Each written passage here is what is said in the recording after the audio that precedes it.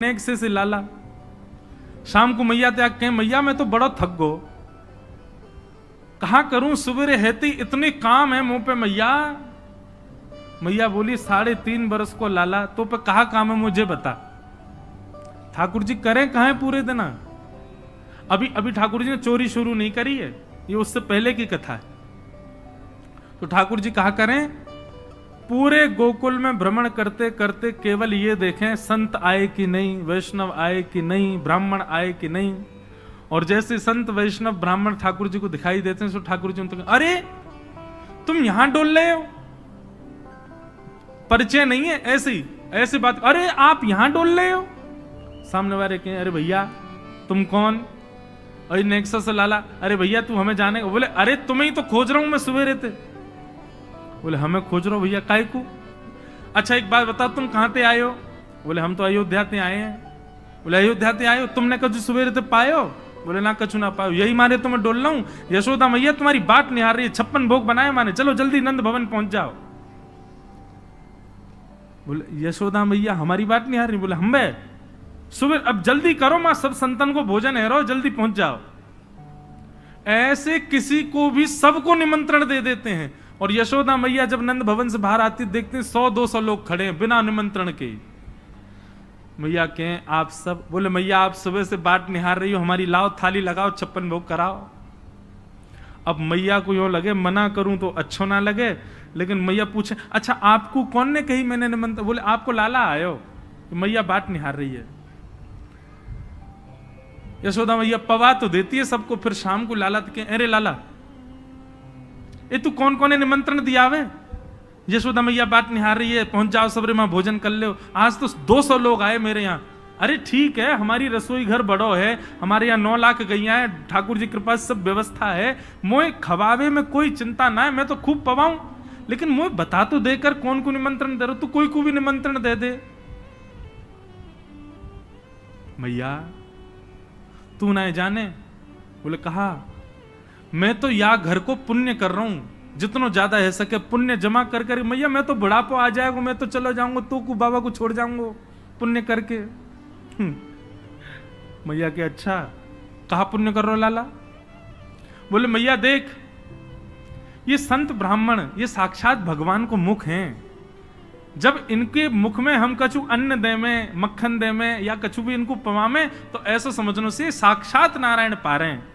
मैया देख कल 100 आए नारायण, आज 200 नारायण तेरे घर आए पावे, मैं तो ये पुण्य करवाऊं। और मैया दूसरी बात सुनेगी। बोले हाँ मारेगी तो ना मुझे। बोले ना मारूंगी बता। बोले तू बड़ी मोटी है गई मैया, मुंह को यूं लगे पूरे दिन लगी रहेगी तो तेरो ने वजन कम है जाएगा। अरे मेरी ब्याह तक ने छरेरी सी है जाएगी, या मारे तू लगी रहे रसोई में, या मारे ऐसा को। मैया भागे पीछे, ठाकुर जी चौकड़ी मार के भागे। ऐसा ऐसा उधम मचा में ठाकुर जी द्विज ब्राह्मण संत वैष्णवों को जा जा करके बिना निमंत्रण के निमंत्रित कर देते हैं। सब नंद भवन आ जाओ, आज सबन को भंडारो है। कंटकेभ्य नंद बाबा रोज अपने ठाकुर जी की सेवा करते हैं। और महाराज वर्णन ऐसा करें हमारे ब्रजवासी, बोले नंद बाबा की सेवा में शालिग्राम भगवान है। नंद बाबा शालिग्राम की सेवा करें और सेवा करके शालिग्राम भगवान को टांड समझते हैं। टांड आप लोग जानते हैं कि नहीं पता नहीं, अब घरों में नहीं होती, पुराने घरों में टांड होती थी। टांड बोलते हैं एक घर के कमरे में ऊपर एक छज्जा सा बनवा देते थे, उसमें सारा स्टोर रखा जाता, सब जरूरी सामान। नंद बाबा क्या करते हैं पंचामृत से अभिषेक करा करके ठाकुर जी को शुद्ध जल से अभिषेक करके इत्र वित्र लगा के तिलक फोटा चुपका के बढ़िया आरती करके और फिर शालिग्राम भगवान को टांड पे धरते हैं ऊपर। बोले क्यों। बोले कन्हैया को ये गुलाब जामुन लगे और गुलाब जामुन समझ के कन्हैया मुंह में धर ले। शालिग्राम भगवान है, कन्हैया को यूं लगे बोले कि ये रोज रोज जय जय जो है का है, ये शालिग्राम जो है का है। हमारे पिताजी पूज्य पिताजी की कथा में सुनाते हैं, बोले एक बार नंद बाबा ठाकुर जी की सेवा कर रहे, इतने में ठाकुर जी बगल में आके बैठ गए। देखो कितनी सुंदर ठाकुर जी की सेवा कर रहे हैं, ठाकुर जी बगल में बैठे हैं नन्हे से गोपाल जी आके बैठ गए। अब नंद बाबा को तो बढ़िया लगो, लाला भी सेवा सीखेगो, बैठ जा लाला यहाँ पे। ठाकुर जी बैठ गए। नंद बाबा ने पहले दूध से स्नान करायो, फिर दही से स्नान करायो, फिर घी से स्नान करायो, शहद से स्नान करायो। जैसे ही शहद पड़ो शालिग्राम भगवान पे, सोई ठाकुर जी के लार न करिया यहाँ थे। ओहो कितना सौभाग्यशाली है जे। मैं हूं मैया ते कहूंगा मैया तू मोको पानी ते मत नवाए कर, पानी में कुछ स्वाद ही ना होवे, शहद ते नवाए कर, नहाते नहाते खाऊ ले करूंगा बीच में। अच्छा एक बात बताऊं, ये पंचामृत अभिषेक ठाकुर जी को प्रिय क्यों है? क्योंकि ठाकुर जी का स्नान भी हो जाता, पेट भी भर जाता, बीच बीच में जीभ निकाल के खाऊ जाए ठाकुर जी इसलिए ठाकुर जी का पंचामृत अभिषेक होता है ये, और ये वास्तविकता है। अब जब ऊपर से सब पड़ता है, पहले दूध फिर घी दही शहद आदि सब ऊपर से पड़ता है, तो मुख पे होकर के आता है, तो जब यहाँ आवे so next so Thakur ji मुंह खोल के जीभ निकाल लें, बीच बीच में स्वाद भी लेते रहे। या हमारे पंचामृत अभिषेक ठाकुर जी को बड़ो प्रिय है, क्योंकि ठाकुर जी को स्वाद भी आ जाए और स्नान भी आ जाए। एक पंथ दो काज। तो ठाकुर जी की तो लार न करी आई। ठाकुर जी बोले जय जय मीठो है गयो होगो, अब तो रस भरो है गयो होगो। और फिर शहद लगे को छुड़ावे के लिए एक बात हम निवेदन करें, सेवा में एक चीज करो भैया, ये सफेद चीनी मत चढ़ाया करो कभी ठाकुर जी पे। ठाकुर जी के अंग पे लग जाती होगी, उस पर भी फिर ऊपर से आप हाथ ऐसे घुमा देते हैं, शंकर जी पे हो, शालिग्राम जी पे हो, ठाकुर जी पे हो। इससे बढ़िया बूरा लाओ, शक्कर लाओ, और चीनी अगर चीनी ही अगर उसको भी पीस लो, वो ऐसी तो हो कि ठाकुर जी के अंग पर लगे ना, तब डालो। शक्कर से स्नान कराए और ठाकुर जी तो बस मुंह में पानी आ गया, बोले जय जय मीठो है गयो अब तो। नंद बाबा ने बढ़िया ठाकुर जी को श्रृंगार आदि करके और महाराज ठाकुर जी को तुलसी पधरा के चंदन वंदन लगा के, और नंद बाबा अपनी माला झोली में हाथ दे करके और जाप करने लगे। पूज्य पिताजी महाराज कहें नंद बाबा मुंह पे एक कपड़ा और डाल लें, मुख पर कपड़ा डाल के जप करने से मन एकाग्र होता है, यह भी एक साधना का एक नियम है। नंद बाबा जाप करने लगे। इतने में ठाकुर जी ने देखी बाबा तो जाप में चलोगो, अब कहां जाएगो जय जय बच के। सोई ठाकुर जी धीरे से गए और चौकी पे धरे शालिग्राम भगवान उठाए और मुंह में धर के बैठ गए। और जैसे कोई पान चूसता है, ऐसे ठाकुर जी यहां से चूस रहे हैं मुंह में धर के शालिग्राम जी को, और बैठ गए नंद बाबा के बगल में ही आंख बंद करके। इनको ध्यान चल रहा है, बोले अभी जय जय बाहर बाहर ते चूस रहा हूं, नेक देर में अंदर की मिठास आवेगी, शहद भीतर तक चलोगो, निकर नहीं रहो, और जोर जोर से चूस रहे हैं। इतने में बाबा की माला पूरी है। जैसे ही बाबा की माला पूरी भई, बाबा ने नेत्रन से लगा के माला और अपनो कपड़ा हटायो। जय हो मेरे साले जय जय कहां चले गए? अब तो ढूंढे, पुष्प पुष्प उठा के सब देखी, ठाकुर जी यही ना वहां पे। अरे यशोदा, ठाकुर जी कहां चले गए? बगल में छोटे भगत जी बैठे हैं, वो बिल्कुल महाराज ध्यान करके बैठे हैं, या तरफ शालिग्राम जी दबा रखे हैं। लाला जी कहा है तेरे मुंह में? बोले कहा, जल्दी दिखा। नंद बाबा ने एक गुलचा बना करके जैसे ही मुंह में दियो, महाराज सोई शालिग्राम जी बाहर आ गए। नंद बाबा तो लिए उनको सिर से लगा में, रोते रोते गए, अरे यशोदा देख आज कहा भयो? बोले कहा भयो? बोले तेरो लाला उद्यमी है, हमारो लाला उद्यमी है, ये बात तो मैं स्वीकार कर चुका हूं, लेकिन इतना बड़ा उद्यमी? यशोदा मैया बोली भयो कहा? बोले भैया जे मक्खन खा जाए, घी खा जाए, मिश्री खा जाए, दूसरे इनके घर में जा जाके खाया आवे, लेकिन आज तो यानी भगवान ही खा लिए, जय जय खा गो, हमारे शालिग्राम भगवान को खा गए। यशोदा मैया बोली वो तुमने शहद पे स्नान कराए तो बाय लगी होगी, मीठो है गो, जय जया खा जाओ। ठाकुर जी दूर खड़े हैं। वाह दिन से नंद बाबा को नियम है स्नान ध्यान करके ठाकुर जी को टांड पे धर के जाए कि लाला के हाथ नहीं पड़ जाए कहीं, नहीं तो जय जय खा जाएगा। ऐसी ठाकुर जी की मधुर लीला, इतनी भाव में लीला ठाकुर जी की चल रही है कि सब रीझ जाते हैं। बंधुओं, कभी कभी तो इन लीलाओं को सुन करके, कह करके और अनुभव करके तो नेत्र सजल हो जाते हैं। ये परब्रह्म परमात्मा प्रेम के पूर्ण स्वरूप बन के आए।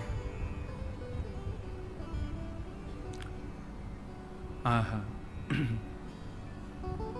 वर्णन करते हैं ठाकुर जी ने चोरी का मन बनाया। क्यों? बंधुओं, भगवान के काल में कंस राजा ने ब्रजवासियों के ऊपर कर लगाया था, टैक्स।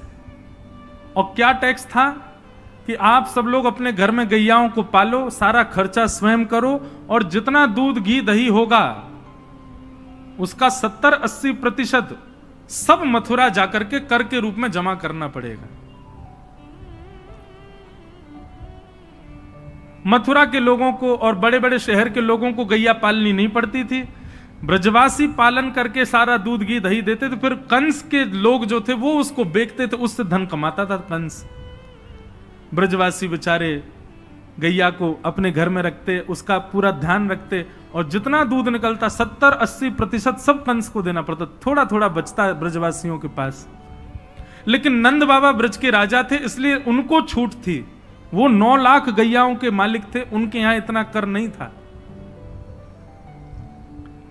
एक दिन ठाकुर जी सब ग्वाल बालों के संग खेल रहे थे।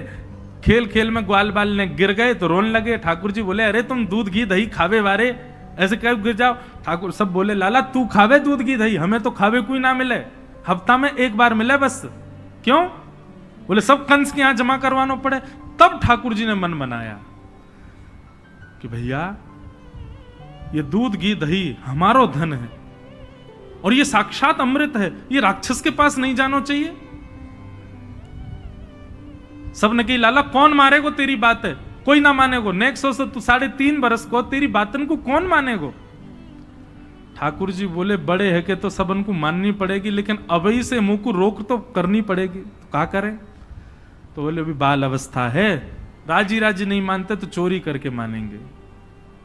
सबके घरन से जब हम गौरस चोरी कर लेंगे तो फिर कंस को कहा देना पड़ेगा? कछु भी नहीं। कंस तो कह देंगे, भैया चोरी है रही है हमारे यहाँ, चोर को ढूंढो, और चोर हमको ढूंढ ही ना पावेगो, कंस हमको ढूंढ ही ना पावेगो, तो हम चोरी करेंगे। सब ग्वाल बालन को ठाकुर जी ने सिखा पढ़ा दिया, और ठाकुर जी ने चोरी करना प्रारंभ किया। सबसे पहले ठाकुर जी ने चोरी अपने घर में करी। यशोदा मैया ने वहां ठाकुर जी पकड़ लिए। तो ठाकुर जी बोले, अपने घर में तो मिशन फेल भयो, अब गोपीन के घर में जानो शुरू करो। ठाकुर जी ने अपनी रजिस्टर्ड एक संस्था बना ली, बाल गोपाल चौर प्रचार प्रसार मंडल, और उसके अधिपति, उसके प्रेसिडेंट बने 3.5 वर्षीय श्री कृष्ण। जैसे ही कोई बालक ब्रजमंडल में जन्म लेता है, तो जैसे बालक जन्म लेता है तो रिश्तेदार नातेदार आते हैं, उसके बाद फिर आशीष देने वाली एक प्रजाति के लोग भी आते हैं, सब घरों में आते हैं। और जब सब चले जाते हैं तब बाल गोपाल चौर प्रचार प्रसार मंडल आता है, और वो मंडल आकर के साथ में गौरज लेकर के आते हैं ठाकुर जी, गौ के खुर की रज, और उस रज से उस बालक का तिलक कर देते हैं। तिलक का करें? बोले 3 साल और इंतजार है, फिर ये हमारी मंडली में जे भी आ जाएगा, जे भी हमारी तरह चोर बनेगा। उसका जन्म लेते ही उसका रजिस्ट्रेशन कर जाते हैं ठाकुर जी। बड़ी अद्भुत लीला है ब्रज की। आहा, ठाकुर जी दूसरे के घरन में जाके चोरी करने लगे। ऐसा ऊधम, ऐसा उत्पात पूरे गोकुल में, महाराज नाक में दम है गयो। सब गोपी परेशान है गई, सास नजर डांट रही हैं, पति डांट रहे हैं, अरे कंस काउदना हमारे यहां सैनिक भेज के मरवा देगो, हमारे यहां से इतने दिन से मक्खन नहीं गयो है। गोपियां सब चिंतित भी होती हैं, लेकिन सबको अच्छा भी लगता है, कन्हैया आके चोरी करते हैं। तभी उन गोपियों में एक गोपी थी, उसका नाम था प्रभावती। प्रभावती गोपी एक दिन सब गोपियों से बैठ करके चर्चा, सब गोपियां कह रही थी, मेरे घर की तो ऐसे कर गो, मेरे यहां तो ऐसी मटकी फोड़ गयो, मेरे यहां ऐसा माखन चुरा गयो। प्रभावती व्यंग में हंसने लगी, हंस करके बोली, आज तक मेरे यहां दृष्टि भी नहीं डाली उस कन्हैया ने। अरे तेरो घर कैसे बच गयो? बोले, अरे कन्हैया को अपने प्राण प्यारे होंगे तो मेरे घर के आसपास भी नहीं आवेगो। वो जाने ना है मेरो नाम प्रभावती है। अब ये बात गोपी कह रही थी सब सखियों से। इतने में ही वहीं एक बालक था, वो ठाकुर जी का मित्र था। वो ठाकुर जी के पास दौड़ो दौड़ो गए, वो लाला एक गोपी है प्रभावती वाने यूं कहिए, लाला को अपने प्राण प्यारे होंगे तो आवेगो मेरे यहां चोरी करवे, मेरे यहां आई ना सके, प्राण प्यारे हैं यही मारे ना आवे। ठाकुर जी बोले हमको चुनौती दे रही है? बोले हम बे लाला तू को चुनौती दे रही है? बोले अगलो धावो यही के घर मारनो है। सबसे पहले तो ठाकुर जी ने प्रभावती के देवर को अपना सखा बनाया। देवर कितना बड़ा, वो भी छोटा सा ही था। ठाकुर जी ने उसको अपना सखा बनाया। सखा बना करके उसको बेला फुसला करके बढ़िया उसको बढ़िया मक्खन वक्खन खवा के अपने पक्ष में कर लिया। ठाकुर जी बोले ए सुन, तेरी भाभी प्रभावती एक दिन चुनौती दे रही कि कन्हैया मेरे यहां चोरी करके दिखाया। प्रभावती का देवर बोलो लाला बता कहा करनो? बोले जा देना तेरी भाभी बढ़िया वारो मक्खन निकारे, बस तू संकेत कर दियो, और जब वो जमुना जल भरवे जावे घर में कोई नहीं हो वही समय हमारा आक्रमण होगो। ठीक है। प्रभावती ने एक दिन बढ़िया मक्खन निकारो और महाराज मक्खन निकाल करके छींके पर टांगो, और वो बालक ने देख लिया, दौड़ करके ठाकुर जी के पास बोले आज भाभी ने मक्खन निकालो, आज ही चलो लाला। बोले हाँ आज चलेंगे। प्रभावती यमुना जल भरने के लिए गई। ठाकुर जी उसके यहां प्रवेश कर गए, और प्रवेश करके महाराज चार के ऊपर तीन के ऊपर दो के सबसे ऊपर ठाकुर जी, और ठाकुर जी लेकर के बढ़िया मक्खन खाने लगे। मक्खन दूसरे इनको पवान लगे कि मरकान भोक्षण विभजति सचेन नात्री भांडम भिन्नति। स्वयं पाते हैं, ग्वाल बालों को पवाते हैं, और जब सब पा लेते हैं तो फिर मरकान भोक्षण संग में बंदर और चलते हैं उनको भी पवाते हैं। लेकिन प्रभावती के यहां इतना मक्खन था, ठाकुर जी का भी पेट भर गया, ग्वाल वालों का भी भर गया, और सब बंदरों का भी पेट भर गया, लेकिन मक्खन अभी पूरा नहीं हुआ, खत्म नहीं हुआ। ग्वाल बाल बोले लाला मक्खन तो अभी बहुत सारो बच गो। ठाकुर जी बोले ये प्रभावती हमको बड़ी चुनौती दे रही ना, याकू ने मजा तो चका जाए। सो कहा कियो। ठाकुर जी ने एक हंडी लई, एक लठ लियो, और वहां से वह हंडी को फोड़ दियो, जितनो मक्खन हो सब नीचे गिर गयो, और वह मक्खन को चौका लगा गए, पोंछा कर गए पूरे घर में। एक कोने पे जाकर के मक्खन रह नहीं जाए कहीं भी, और पूरे में बढ़िया चौका लगा करके, और ठाकुर जी अपने ग्वाल बालन के संग अंधेरे में छुप के खड़े है गए। बोले देखियो अब मजो आवेगा, प्रभावती आवेगी। प्रभावती आई, सिर पर दो मटकियां बड़ी अचक अचक करके चल रही थी, संभल के चल रही थी। जैसे ही माने द्वार खोलो, और द्वार खोलते ही अपना पाम भीतर धरो, इतने में ही भोपाल शताब्दी की तरह ऐसी रिपटी महाराज, ऐसी रिपटी सर में लगी, कमर में लगी, हाथ पाम बाकी सब रहे कह गए, और गिरी सो गिरी। यमुना जल मिल गए मक्खन में तो और चीकना हो गया। अब वो उठ ही नहीं पा रही है, जैसे उठे फिर गिरे, जैसे उठे फिर गिरे। और ठाकुर जी ताली बजा बजा के हंसे, सब ग्वाला के लाला आज तो बड़े मजे आए, आज तो बड़े मजे आए। मेरी भाभी कहा कह रही कन्हैया को अपने प्राण प्यारे यहाँ हमारे ना आवे। अब तो को तेरे प्राण प्यारे होंगे ना तो कभी हमको चुनौती नहीं देगी। और ठाकुर जी भाग गए। प्रभावती महाराज जैसे तैसे रिपट रिपट के बाहर आई, और जाके सीधे यशोदा मैया के पास पहुंच गई, और जाके बोलने लगी, बोले मैया अपने लाला संभाल ले, नहीं तो काउदना हाथ दिखा दूंगी याकू में। ऐसा उधम मचावे, देख मेरी कोहनी टूट गई, कमर टूट गई, ऐसा उधम मचा के गयो। यशोदा मैया बोली तुम गोपिन पे कछु काम ना है, 24 घंटा मेरे लाला के पीछे पड़ी रहो, काउदना रंगे हाथ पकड़े तो आइयो, नहीं तो कभी मुख मत दिखाइयो अपनो। प्रभावती बड़ी चिंता में है, बोले ठाकुर जी को रंगे हाथ कैसे पकड़ूं। इतने में यानी विचार कियो कि मेरो जो देवर है वो लाला के संग बहुत ज्यादा रहवे, तो यार देवर को पहले अपने पक्ष में करो। ये देवर कभी ठाकुर जी के पक्ष में जा रहा हो, कभी प्रभावती के पक्ष में। प्रभावती ने एक दिन वाकु दिखाते भय मक्खन निकारो, आज तो धोरी गैया को मक्खन है, इतना मधुर मक्खन है, और यहाँ से तो आज मैं शाम को बढ़िया रोटी बनाऊंगी, घी बना करके सबको पवाऊंगी, अब बढ़िया मक्खन निकारो। देवर ने देख लिया और जाकर के सीधे पहुंचो लाला के पास, वो लाला भाभी ने आज धोरी गैया को मक्खन बनाया। ग्वाल बाल सब बोले लाला वहीं चल, बात ना बड़े मजे आए वहां पे, आज फिर चल रहे हैं प्रभावती के यहाँ। ठाकुर जी वे चलो। अब प्रभावती ऐसा दिखा करके गई कि वो जमुना जल भरने चली गई है। ठाकुर जी ने देख लिया प्रभावती जमुना जल भरवे गई है, लेकिन जैसे ही ठाकुर जी वाके घर की ओर भागे, प्रभावती दौड़ करके पीछे के द्वार से गई और खिड़की में होके भीतर घर में आ गई और चुपचाप खड़ी हो गई अंधेरे में, हाथ में बड़ा डंडा लेकर के। ठाकुर जी आए, ठाकुर जी ने आकर के जैसे ही महाराज 4 3 2 1 ऊपर चढ़े, चोरी करनो प्रारंभ कियो। ठाकुर जी जब पूर्ण रूपेण व्यस्त हो गए चोरी में, तब प्रभावती अपना डंडा लेकर के निकली। दारी के हो तुम्हें बताऊं। और जैसी प्रभावती आई, महाराज नीचे वाले सबसे पहले भागे, और नीचे वाले भागे तो ऊपर वाले सबरे गिर गए, ठाकुर जी लटक गए ऊपर। अब बाकी के सब तो वहां से भाज गए, ठाकुर जी रह गए। अब नीचे प्रभावती खड़ी है, आजा लाला तो बताऊं मैं। प्राण प्यारे, देख देख देख प्रभावती तू सही ना कर रही है, तू जाने ना है मैं जय जय हूं। बोले तेरी जय जय तो मैं निकारूंगी, नीचे आ पहले तू। जैसे तैसे करके ठाकुर जी नीचे उतरे। प्रभावती बोले तो मुंह पे दया ना आवे, मैं कितनो सीधो साधो भोरो सो प्यारो सो, देख मैं तू वचन दूं आज के बाद नहीं आऊंगा तेरे घर, तू अब कछु मत करे, तू मुंह को मारे मत। बोले ना ना मारूंगी ना लाला, इतना कोमल सो मेरो लाला, वाकू कैसे मार सकूं मैं। ठाकुर जी बोले हाँ जी तो मैं मारी हूं मत। बोले मारूंगी ना तो को पकड़ के यशोदा को दे के आऊंगी आज मैं, वो बतावेगी तो।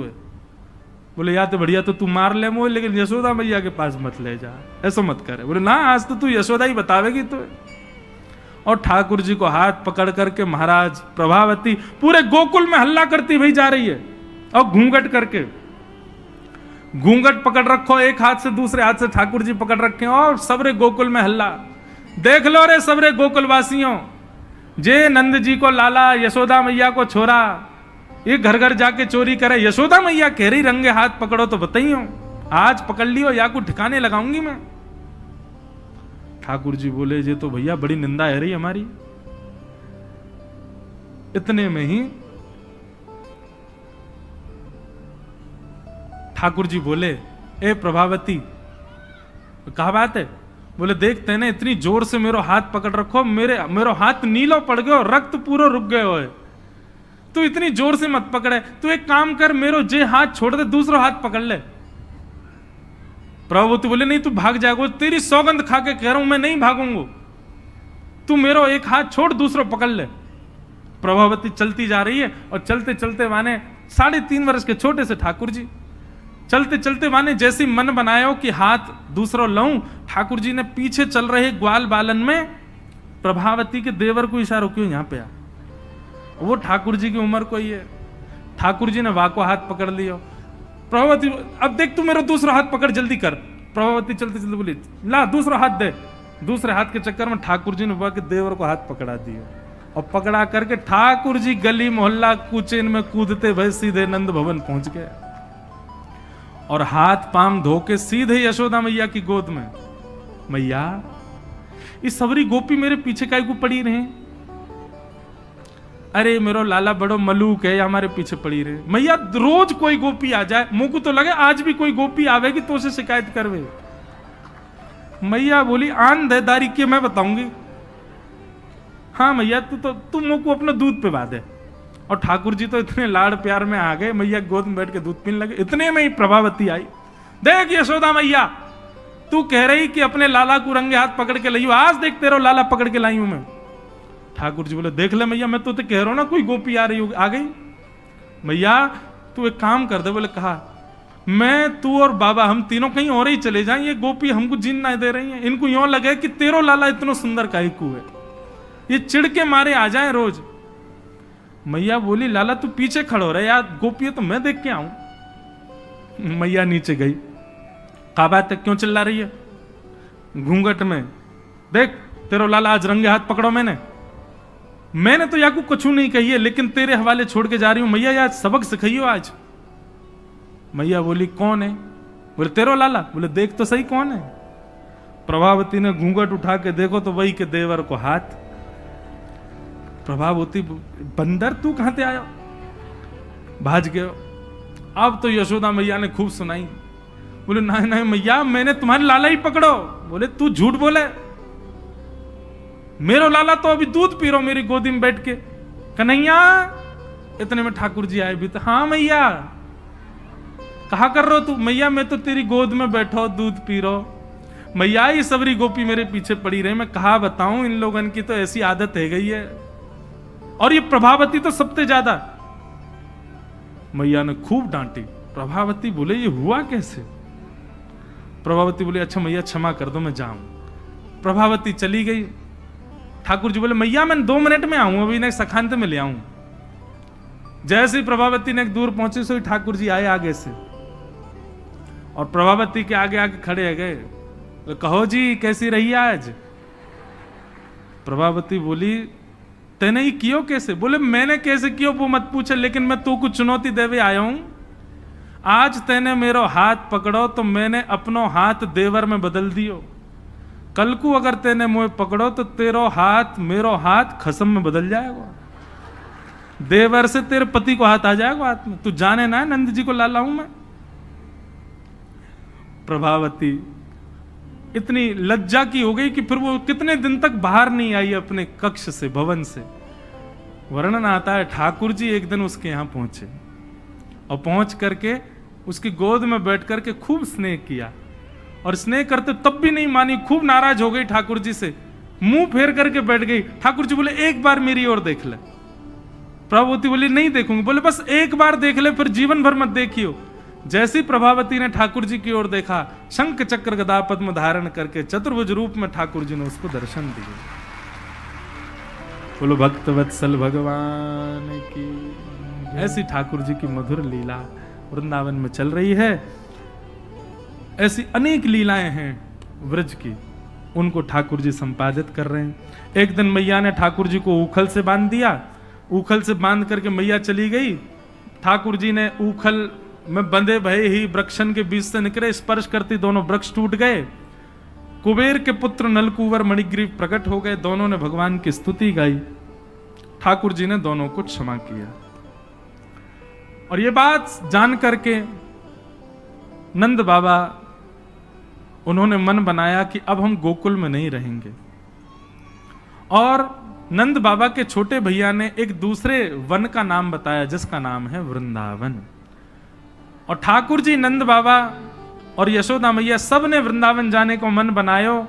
तो महाराज सब गोकुलवासी बोले हम भी यहां नहीं रहेंगे, हम भी वहीं रहेंगे जहां लाला रहेगो हमारो। और सब गोकुलवासी ठाकुर जी के संग वृंदावन चले गए। आहा, ऐसो सुंदर प्यारो वृंदावन है। लागे वृंदावन निको अली माने, लागे वृंदावन निको। लागे वृंदावन निको अली माने, लागे वृंदावन निको लागे। लागे वृंदावन निको अली माने, लागे वृंदावन निको लागे। लागे वृंदावन निको अली माने, लागे वृंदावन निको। लागे वृंदावन निको अली माने, लागे वृंदावन निको। ओ घर घर तुलसी ठाकुर सेवा, घर घर तुलसी ठाकुर सेवा। घर घर तुलसी ठाकुर सेवा, घर घर तुलसी ठाकुर सेवा। दर्शन गो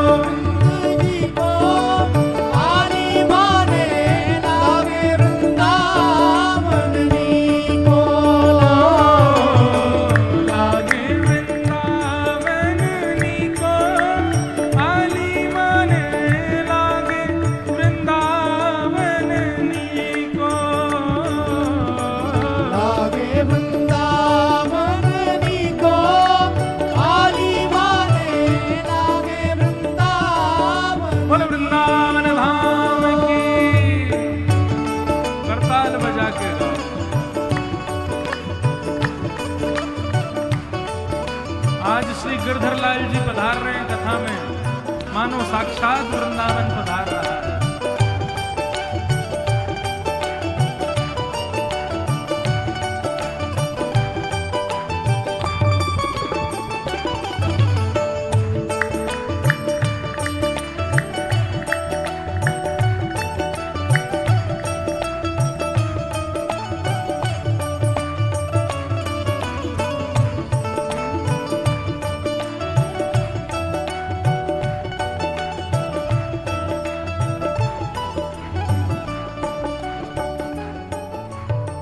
रतन सिंहासन आप विराजे, रतन सिंहासन आप विराजो, रतन सिंहासन आप विराजे, रतन सिंहासन आप विराजे। कैसे? मुकुट धरे तुलसी को, आली माने लागे वृंदावन नी को। मुकुट धरे तुलसी को, आली माने लागे वृंदावन नी को। लागे वृंदावन नी को, आली माने लागे वृंदावन नी को। लागे वृंदावन नी को, आली माने लागे वृंदावन नी को। हे मीरा के प्रभु गिरधर नागर, मीरा के गिरधर नागर प्यारे नटवर नागर, गिरधर नागर प्यारे नटवर नागर। मीरा के प्रभु गिरधर नागर, मीरा के प्रभु गिरधर नागर। मीरा भाई क्या कहती है भैया? ओ भजन बिना नर फीको, आली माने लागे वृंदावन नी को। भजन बिना नर फीको, आली माने लागे वृंदावन नी को। लागे वृंदावन नी को, आली माने लागे वृंदावन नी को। लागे वृंदावन नी को, आली माने लागे वृंदावन नी को। हे वृंदावन वृंदावन, मेरो प्यारो वृंदावन, बड़ो प्यारो वृंदावन, मन भावन वृंदावन। श्री वृंदावन वृंदावन, वृंदावन वृंदावन, श्री वृंदावन वृंदावन, श्री वृंदावन वृंदावन,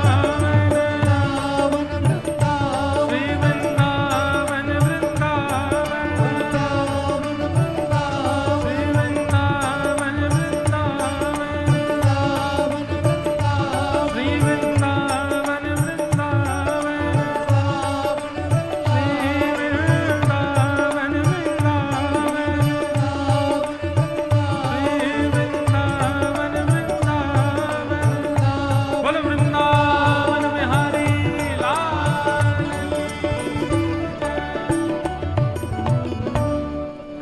वृंदावनम संप्रविश्य सर्वकाल सुखावहम। सबको बहुत सुख मिला वृंदावन आकर के। ठाकुर जी अत्यंत प्रसन्न हो गए वृंदावन आकर के। क्यों भैया? वृंदावन ब्रह्मा जी ने नहीं बनाया है, वृंदावन इस पृथ्वी का अंग नहीं है। श्यामा हृदय कमल सो प्रगट हो। हम वृंदावन रसामृत पद में क्या गाते हैं? किशोरी जी के हृदय से वृंदावन प्रकट हुआ है। और जब किशोरी जी के हृदय से प्रकट हुआ तो श्याम हृदय को भाई वृंदावन प्यारो वृंदावन। वृंदावन, वहां का एक एक कण स्वयं श्री जी ने अपने हाथ से रखा है। वृंदावन सामान्य भूमि नहीं है भैया। इसलिए वृंदावन का प्रेम आपके चित्त में है, वृंदावन जाने की इच्छा आपके चित्त में है, वृंदावन के प्रति प्रीति आपके चित्त में, ये बहुत बड़े सौभाग्य की बात है। किशोरी जी की कृपा के बिना वृंदावन प्रिय नहीं लगता है। और अभी कोविड के बाद तो हमारी किशोरी जी इतनी दयालु हो गई हैं, पता नहीं इतनी ज्यादा रस भरी हो गई हैं, अब तो सबको वृंदावन से प्रेम हो गया।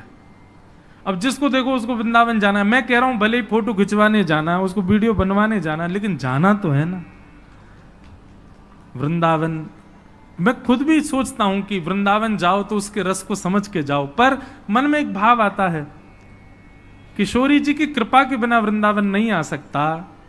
तो अगर कोई व्यक्ति आधुनिक कार्यों के लिए ही वृंदावन जा रहा है तो वह भी तो किशोरी जी की कृपा से आ रहा है ना। इतना ही बहुत है कि आप वृंदावन से प्रेम कर तो रहे हो। लेकिन बंधुओं, एक आध बार का प्रेम वृंदावन से रहा जाए, ये इसमें फिर आप वंचित हो जाओगे। कम से कम वृंदावन जाओ तो उस वृंदावन को सदा अपने चित्त में लेकर के आओ, सदा आपके चित्त में रहे, हृदय में वृंदावन रहे। ठाकुर जी वृंदावन पधारे। भगवान ने वृंदावन आकर के सबसे पहले अघासुर का वध किया, और अघासुर का वध करने के पश्चात ठाकुर जी ने ब्रह्मा जी के मोह को दूर किया। ब्रह्मा जी को यह भगवान पर संशय होने लगा कि यह परब्रह्म नहीं है। क्यों? बोले एक दिन ठाकुर जी मधुमंगल के मुख पे लगी भई कढ़ी चाट गए। अब ठाकुर जी तो प्रेमी हैं, वो कोई विचार थोड़ी करें। मधुमंगल के मुंह पे कड़ी लग रही, सो ठाकुर जी बोले दारी के तेने मुंह कड़ी ना खवाई, छुप के खाया आयो। मधुमंगल बोलो लाला खट्टी कड़ी या हमारे में छुप के खा गयो कि तू माने ना है खाए बिना। ठाकुर जी बोले लेकिन मुंह तो फिर मिल गई। बोले कैसे? बोले तेरी मूछ बन नहीं है, तेरे मुंह पे छींटे पड़े, सुन चाटियो मत, यहाँ पे आ। और ठाकुर जी ने उसका मुख पकड़ा और अपनी जीभ निकाल के वह पूरे मुंह चाट गए। मधुमंगल के तो प्रेमाश्रु गिरने लगे। लाला को हृदय, लाला तू इतना प्रेम मत करे कर, काउदना यदि दूर चलोगे तो तेरे वियोग में प्राण निकल जाएंगे हमारे। यहां तो ऐसा प्रेमास्पद रूप ठाकुर जी प्रकट कर रहे थे, पर ब्रह्मा जी को लगा राम राम राम राम, ये परब्रह्म है, ये भगवान है, ये परमात्मा है। एक पद आता है, अष्टसखा गाते हैं, आज दधि मीठो मदन गोपाल। एक दिन ठाकुर जी हंडी गोद में रख के और सब ग्वालों को अपने हाथ से दही खवा रहे थे। ग्वाल बाल सब कहने लगे, बोले लाला हम पे पात्र तो है ना। बोले पतुआ लिया आओ। पतुआ माने पत्ता। पत्ता ले ले करके सब ग्वाल बाल वही में पा रहे हैं, ले ले करके। अब महाराज वहां वर्णन आता है, ऐसो दही हम कबहू ना चाखो। सब ग्वाल बाल कह रहे हैं ऐसो दही हमने अपने जीवन में कभी खाया ही नहीं है। क्यों? बोले ठाकुर जी दही दे रहे हैं, जब तक दूसरा ग्वाला आवे तब तक हाथ में लगी दही को ठाकुर जी स्वयं चाट जाए, फिर दही निकाल के फिर दे दें। मतलब ठाकुर जी के अधरामृत से मिली भई दही है, या हमारी मीठी लग रही है। सबन को बांट दियो तो 2-4 ग्वाला रह गए पीछे, उनको दही नहीं मिलो। ठाकुर जी से कहने लगे, बोले लाला हमें तो दही मिलो ही ना, अब हम क्या करें? सो ठाकुर जी वहां पद में वर्णन आता है, ठाकुर जी बोले तुम चिंता मत करो। बोले तो क्या करें? बोले जो नहीं पायो सुनो मेरे भैया, जिनको दही नहीं मिलो वो ध्यान से सुनो। बोले कहा? बोले मेरी हथेली चाट लो, एक उंगली तू चाट ले, दूसरी उंगली तू चाट ले, अंगूठा तू चाट ले, और कौन रहेगा? बोले तू यह चाट ले। एक बोला मैं रह गऊं, बोले तू यह चाट ले। दो चार है, उनने अपने पत्ता फेंक, बोले हम रह गए, बोले तुम यहां तक चाट ले। अब हंडी में हाथ दे दे कि यहां तक पूरे दही में सन गए। ठाकुर जी बोले लो जाकू जहां ते मिले मेरे हाथ से दही चाट ले। अब ठाकुर जी अपना हाथ चटवा रहे हैं और ग्वाला सब अपने मुख से जीभ निकाल निकाल के चाट रहे हैं। ब्रह्मा जी को लगा ये परब्रह्म है, ये परमात्मा है, हो ही नहीं सकता, ये जरूर कोई भैलूपिया है, हम देवताओं को पागल बना रहा है भगवान बन करके, और मैं इसकी परीक्षा लूंगा। बंधुओं, प्रेम में सब जाहिर है। प्रेम में परमात्मा अपनी प्रभुता भूल करके, अपने नियमों को भूल करके, एक बात बताऊं, मैं एक बात कथाओं में कहा करता हूं, ठाकुर जी इतने नियम में क्यों रहते हैं? भगवान को देखो, गर्भगृह में रहते हैं, गिने चुने व्यक्ति ही उनको छू सकते हैं, हर कोई उनका स्पर्श नहीं कर सकता। सुबह 4 बजे उठना है तो उठना है, पूरी दुनिया 4 बजे उठने का मन बनाती है, पर 4:30-5 से पहले कोई नहीं उठता। पर ठाकुर जी हजारों वर्षों से सारे मंदिरों में जो नियम उठने का, उसी पे ही उठते हैं ठाकुर जी। उसी नियम से भोजन, उसी नियम से शयन, इतने नियम, पूरे विश्व को मुक्त करने वाले भगवान स्वयं इतने बंधन में रहते हैं। मेरे मन में एक बात आती है कि ठाकुर जी बंधनों में इसलिए हैं, नियमों में इसलिए हैं, हमको और आपको चुनौती दे रहे हैं। बोले तुम्हारे अंदर प्रेम की सामर्थ्य हो तो मेरा नियम तोड़वा के दिखाओ, तुम में सामर्थ्य हो तो मेरे नियम को तोड़ के दिखाओ। नियम बनता ही तोड़ने के लिए बंधुओं, लेकिन उसको हट नहीं तोड़वा सकता, उसको जिद नहीं तोड़वा सकती, नियम को केवल प्रेम तोड़वाता है। कोई व्यक्ति कितना भी नियम में हो, लेकिन अत्यंत प्रेमी आ जाए तो वो अपना नियम तोड़ देता है।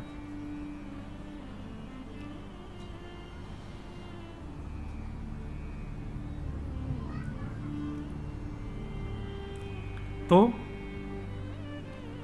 प्रेम में सब कर सकते हैं, ठाकुर जी अपना नियम तोड़ देते हैं। लेकिन ब्रह्मा को संशय हुआ और ब्रह्मा ने आकर के अवकाश देखा, ठाकुर जी कहीं और थे, ग्वाल बाल कहीं और थे, ग्वाल बालों को हरण करके ब्रह्मा जी ले गए। भगवान ने जब देखा कि ग्वाल बाल नहीं है तो पहले ठाकुर जी रोए, कहां चले गए सब। उसके बाद ठाकुर जी ने अपने अंदर से ही ग्वाल बाल प्रकट कर लिए और 1 वर्ष तक भगवान ही ग्वाल बालों के रूप में विचरण करते रहे। 1 वर्ष बाद ब्रह्मा जी देखने आए, देखूं तो सही भैलूपिया कृष्ण क्या कर रहा है। तो जितने ग्वाल बाल ऊपर ब्रह्मलोक में थे वो सब नीचे भी थे। ब्रह्मा जी समझ गए, बोले ओहो ये तो अपराध कर दिया मैंने, अब भगवान से मुझको क्षमा मांगनी चाहिए।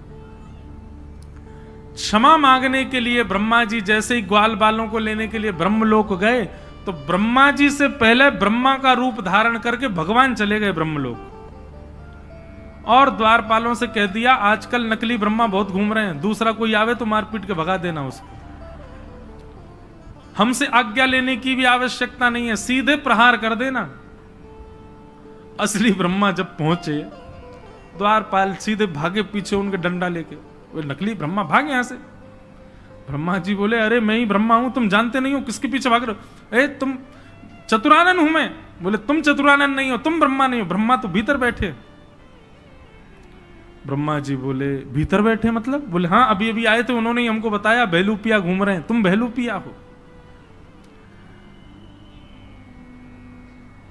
ब्रह्मा जी ने अंत में स्वीकार कर लिया कि हाँ मैं नकली हूं, पर मुझे असली का दर्शन करा दो, मैं उनके दर्शन करने आया हूं। जैसे ही ठाकुर जी के सन्मुख लेकर के ब्रह्मा को गए, तो ब्रह्मा के रूप में सबको दिख रहे थे भगवान, लेकिन स्वयं ब्रह्मा को ठाकुर जी साक्षात चतुर्भुज नारायण के रूप में दिखाई दे रहे थे ब्रह्मलोक में। ब्रह्मा जी ने जाकर के कान पकड़े, क्षमा कर दो भगवान, मुझसे गलती हो गई, अपराध हो गया। और ब्रह्मा जी ने यहां स्तुति गाई है, नो मिड्यते प्रभुपुषे टडिदंबराय गुंजावतम परिपिच्छल सन्मुखाय। कम से कम 3 दिन तक इस स्तुति पर चर्चा हो सकती है, इतनी सुंदर स्तुति है ब्रह्मा जी की। लेकिन ब्रह्मा जी की स्तुति में आपको क्या दिखेगा पता है?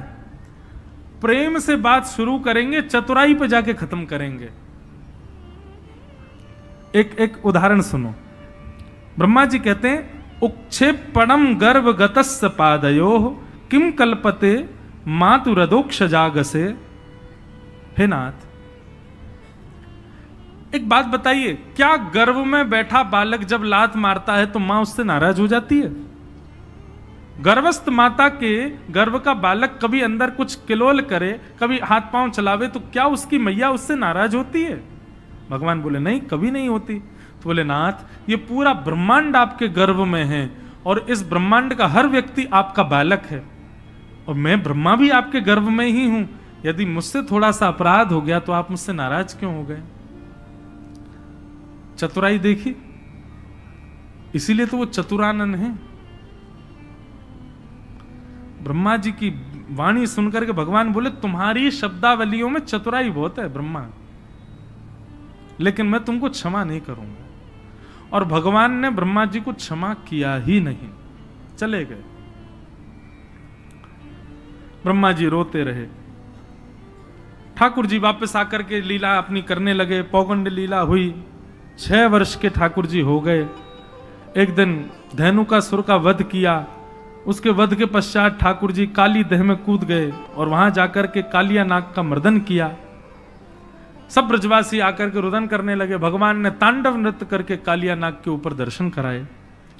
वेणु गीत की कथा आई, सुंदर वेणु वाद्य करते हुए जिस प्रकार गोपियों के साथ ठाकुर जी लीला करते हैं उसका वर्णन आया। तत्पश्चात मथुरा की गोपियों पर भगवान ने कृपा की और एक दिन ठाकुर जी गौ चारण करके लौट रहे थे और पूरे ब्रजमंडल में देसी घी की सुगंधी आ रही है। सब बढ़िया बढ़िया पकवान अपने अपने घरों में बना रहे हैं। ठाकुर जी ने जाके पूछी, भैया ये 56 भोग कौन के काजे बनने हैं? किसी ने उत्तर नहीं दिया तो ठाकुर जी नंद बाबा के पास गए। नंद बाबा ने जाकर के नंद बाबा ने लाला को बताई, पर्जन्यो भगवान इंद्रो मेघास्तस्यात्ममूर्तय। लाला, पर्जन्यो भगवान इंद्रो मेघास्तस्यात्ममूर्तय। ये पर्जन्य यानी कि इंद्र हमारे भगवान हैं। ये 56 भोग के दर्शन हो, मुंह में पानी नहीं आ जाए आपके। ये सबसे पहले ठाकुर जी का भोग लगेगा। अभी आप लोग ध्यान कथा की ओर ही रखो।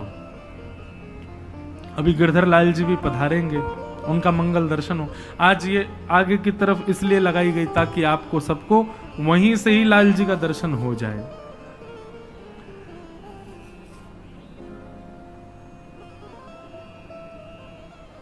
सब ब्रजवासियों को बैठा करके नंद बाबा ने उपदेश दिया, लाला को समझाए। बोले लाला, ये पर्जन्य इंद्र हमारे भगवान है। पंडित जी ये यहां से ये टेप हटा दीजिए सब। वहां इंद्र की हम पूजा करें तो वो इंद्र हम पे कृपा करे, अनुग्रह करे और वही की कृपा से हमारी खेती बाड़ी आदि सब चले। ठाकुर जी ने कही, बोले कि बाबा एक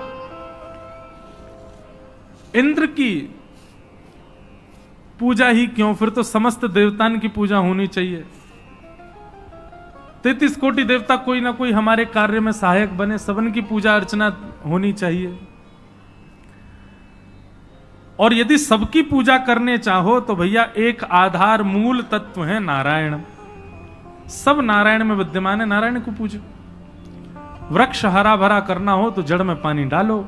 33 कोटि देवताओं के मूल आधार नारायण हैं, उनकी उपासना करो।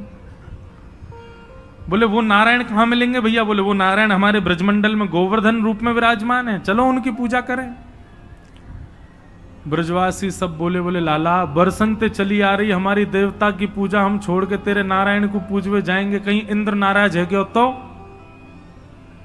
ठाकुर जी बोले पहली बात तो इंद्र नाराज नहीं हो सकता। क्यों? क्योंकि नारायण परब्रह्म है और परब्रह्म की उपासना जब होती है तो सब देवताओं का पोषण होता है। मतलब आप जब नारायण की उपासना करते हैं, नारायण का भोग लगाते हैं, नारायण का ध्यान करते हैं तो नारायण में ही सब देवता हैं, सबका अपने आप हो जाता है। और दूसरी बात, फिर भी मानिनी इंद्र ने यदि क्रोध किया तो जिनकी शरण में हम जा रहे हैं, ऐसे गोवर्धन नाथ नारायण के ही स्वरूप हैं, ये हमारी रक्षा करेंगे। सब ब्रजवासी बोले लाला हमें तो बड़ा डर लग रहा है। बोले नहीं, भय से कभी भक्ति नहीं करनी चाहिए। इसलिए ब्रजवासियों के चित्त में प्रेम प्रकट हो, उसके लिए भगवान ने उद्देश्य बताया। आपने कभी इंद्र के दर्शन नहीं किए होंगे, लेकिन आप गोवर्धन नाथ जी की शरण में चलो, हम आपको वचन देते हैं, वो साक्षात प्रकट होकर दर्शन देंगे, आपका प्रसाद स्वीकार भी करेंगे।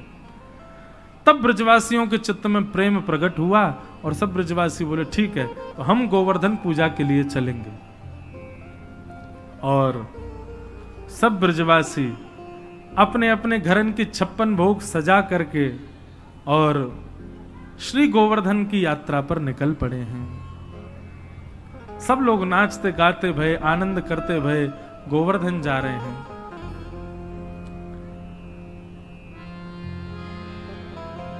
मैं तो गोवर्धन को जाऊं मेरी वीर, नाय माने मेरो मनुआ। मैं तो गोवर्धन को जाऊं मेरी वीर, नाय माने मेरो मनुआ। मैं तो गोवर्धन को जाऊं मेरी वीर, नाय माने मेरो मनुआ। मैं तो गोवर्धन को जाऊं मेरी वीर, नाय माने मेरो मनुआ। ओ नाय माने मेरो मनुआ, अजी नाय माने प्यारो कनुआ। नाय माने मेरो मनुआ, अरे नाय माने प्यारो कनुआ। नाय माने मेरो मनुआ, जी नाय माने प्यारो कनुआ। नाय माने मेरो मनुआ, अरे नाय माने प्यारो कनुआ।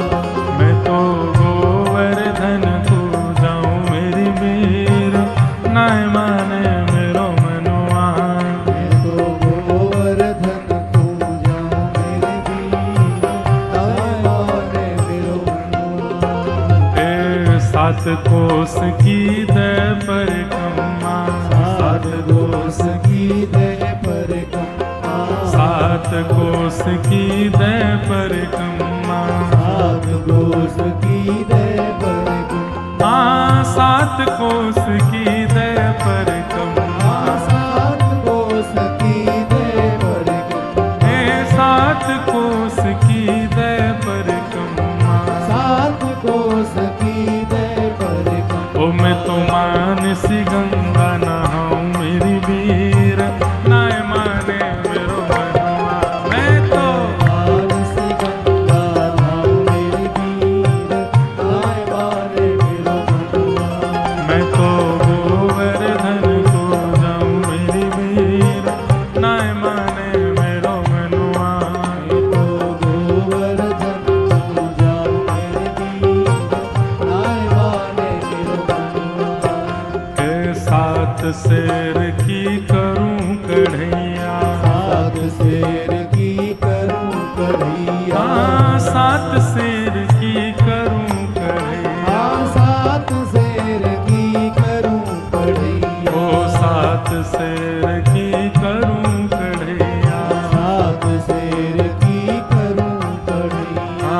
7 शेर की करूं कढ़ैया, 7 शेर की करूं कढ़ैया। ओ मैं तो संतन न्योत जिमाऊं मेरी वीर, नाय माने मेरो मनुआ। मैं तो संतन न्योत जिमाऊं मेरी वीर, नाय माने मेरो मनुआ। ओ मैं तो गोवर्धन को जाऊं मेरी वीर, नाय माने मेरो मनुआ। मैं तो गोवर्धन को जाऊं मेरी वीर, नाय माने मेरो मनुआ। ओ नाय माने मेरो मनुआ, जी नाय माने कारो कनुआ। नाय माने मेरो मनुआ, अरे नाय माने कारो कनुआ। मैं तो गोवर्धन को जाऊं मेरी वीर, नाय माने मेरो मनुआ। मैं तो गोवर्धन को जाऊं मेरी वीर, नाय माने मेरो मनुआ। ओ गिरिराज धरण प्रभु तुम्हारी शरण, गिरिराज धरण प्रभु तुम्हारी शरण।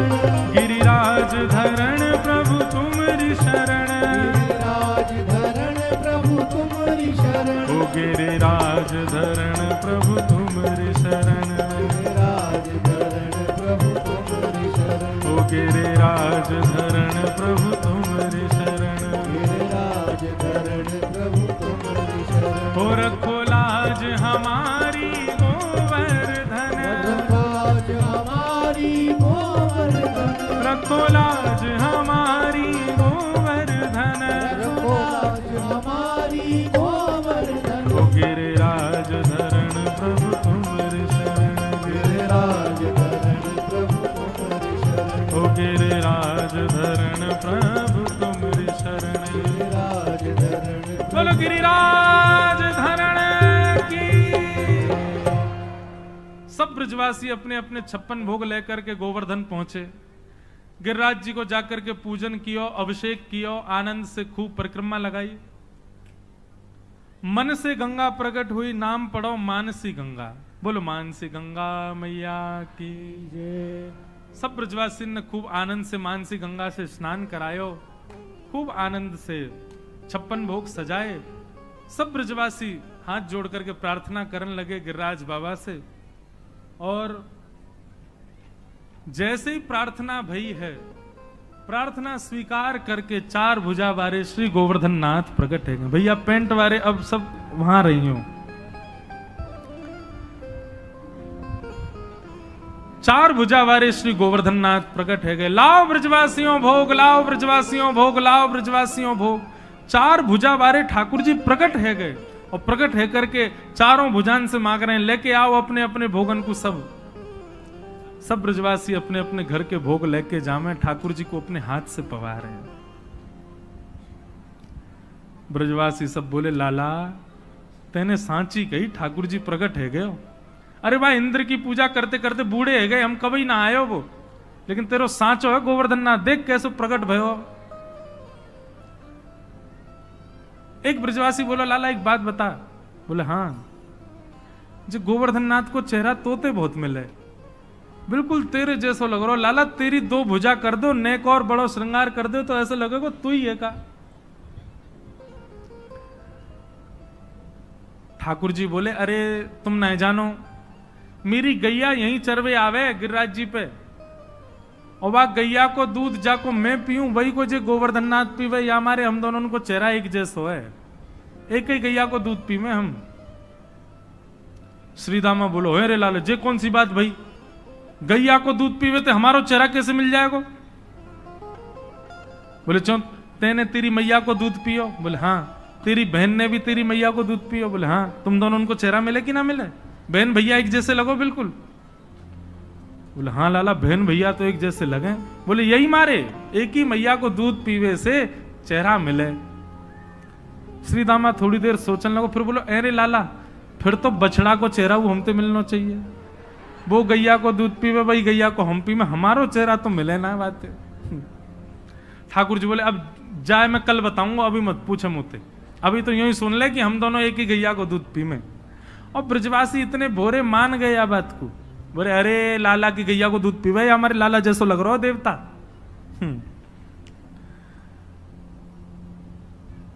मधुमंगल बोलो लाला मुंह तो ऐसा लगे तेरो देवता बहुत दिना को भूखो दिखे, देखियो कैसे खा रहा है, इकत छोड़ेगा हमारे काजे। ठाकुर जी बोले ऐसे नहीं कहते, तेरे बा इंद्र ने एक चीज स्वीकार करी इतने दिना में, कम से कम जे पा तो रहे हैं। सब ब्रजवासी बड़े आनंद में थे, वहीं नाच रहे हैं, वहीं गा रहे हैं, गिरिराज जी को भोग लगा रहे हैं और बड़े सुख में सब भर आए।